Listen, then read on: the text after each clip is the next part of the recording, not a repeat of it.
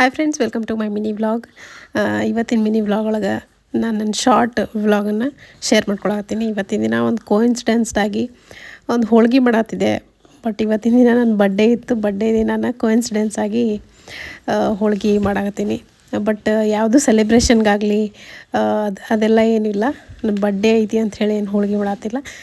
ಸುಮಾರು ದಿನದಿಂದ ಹೋಳ್ಗೆ ತಿನ್ಬೇಕಂತ ನಾನು ಸಾತಿತ್ತು. ಅದಕ್ಕಾಗಿ ಅವತ್ತಿನ ದಿನ ಮಾಡಾಕತ್ತಿದ್ದೆ. ಅವತ್ತಿನ ದಿನ ನನ್ನ ಬರ್ಡೇನೂ ಇತ್ತು. ಸೊ ಒಂದು ಸ್ಮಾಲ್ ಸೆಲೆಬ್ರೇಷನ್ ಮಾಡಿಕೊಂಡೆ.